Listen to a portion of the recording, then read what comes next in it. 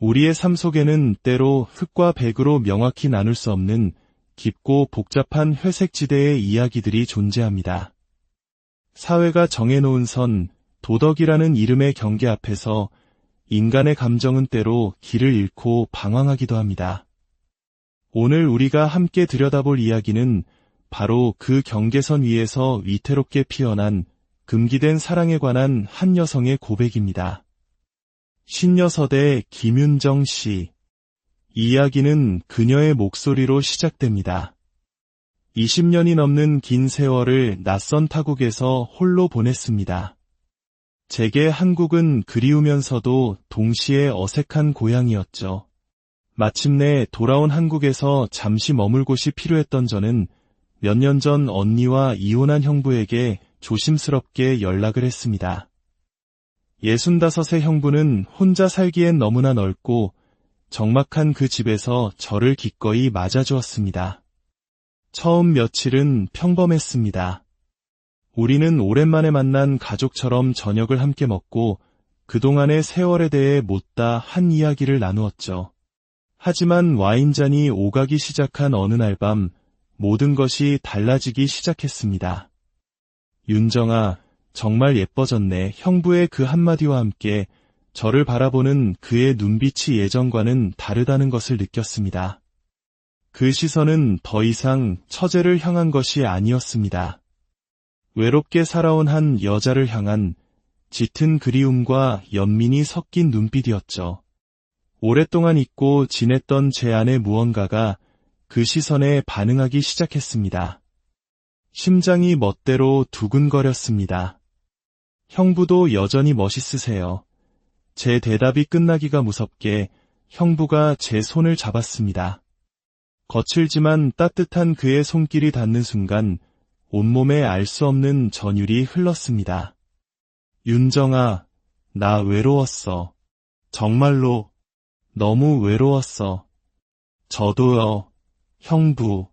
저도 정말 외로웠어요. 서로의 외로움을 확인한 그 순간 우리 사이의 모든 경계가 허물어지고 있었습니다. 형부가 천천히 다가왔을 때 저는 피하지 않았습니다.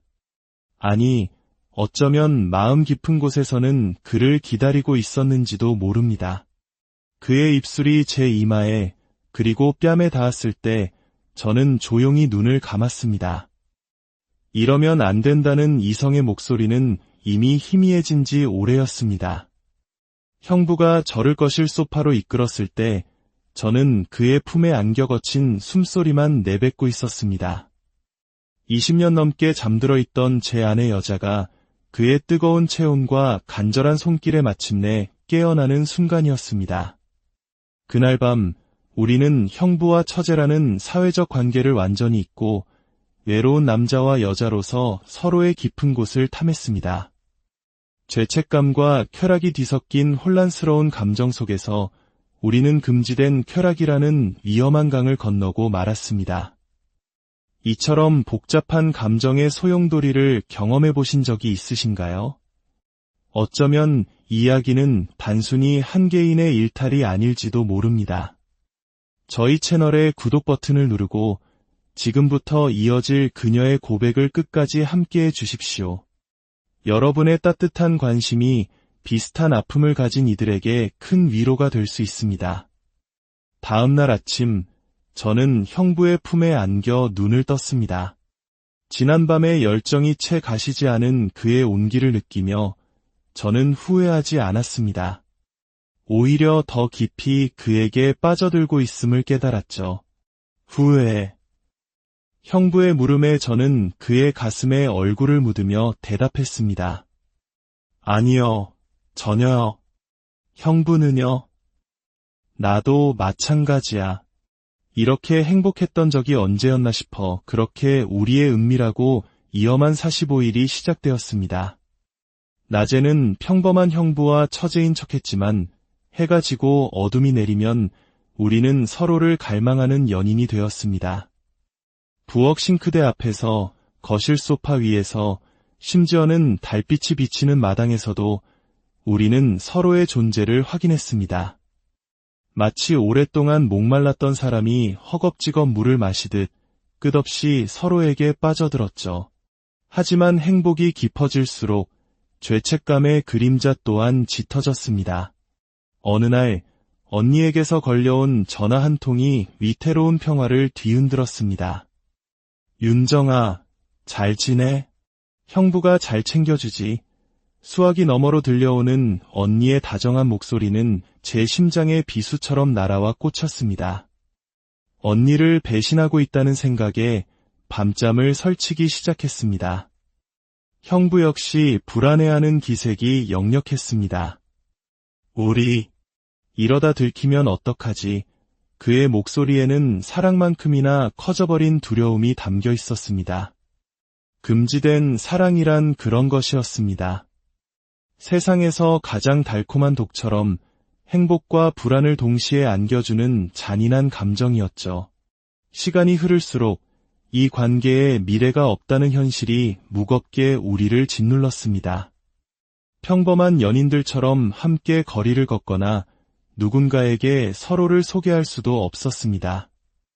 우리의 사랑은 그 집 안에서만 존재할 수 있는 빛을 보지 못할 사랑이었던 겁니다. 일주일이 지났을 때 저는 결국 결심을 했습니다.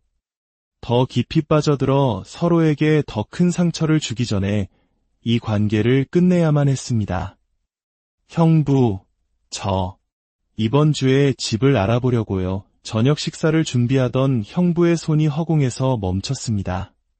그의 얼굴에 스치는 당혹감과 절망감을 보며 제 마음도 무너져 내렸습니다.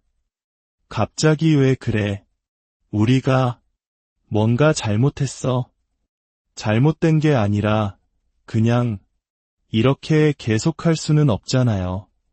연니한테 들키면 어떡해요? 사람들이 알면요? 그럼 나는 어떻게, 너 없이 어떻게 살라고. 그의 절박한 외침에 저는 끝내 눈물을 보이고 말았습니다. 저 역시 형부 없는 삶을 상상할 수 없었으니까요. 하지만 바로 그 이유 때문에 저는 떠나야만 했습니다. 그날 밤 우리는 마지막으로 서로에게 솔직해졌습니다. 윤정아, 너와 함께한 이 시간이 내 인생에서 가장 행복했어. 65에 이런 감정을 다시 느낄 줄은 꿈에도 몰랐어. 저도요, 형부 덕분에 제가 아직 사랑할 수 있는 사람이라는 걸 알게 됐어요.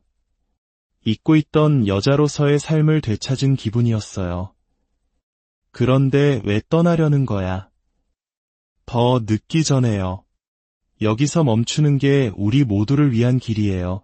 마지막이라는 것을 알았기 때문일까요? 그날 밤 우리는 그 어느 때보다 더 뜨겁고 절실하게 서로를 원했습니다. 서로의 체온, 숨소리, 심장 박동 하나하나를 영원히 기억하려는 듯이 간절하게 서로를 품에 안았습니다. 정말 마지막이야.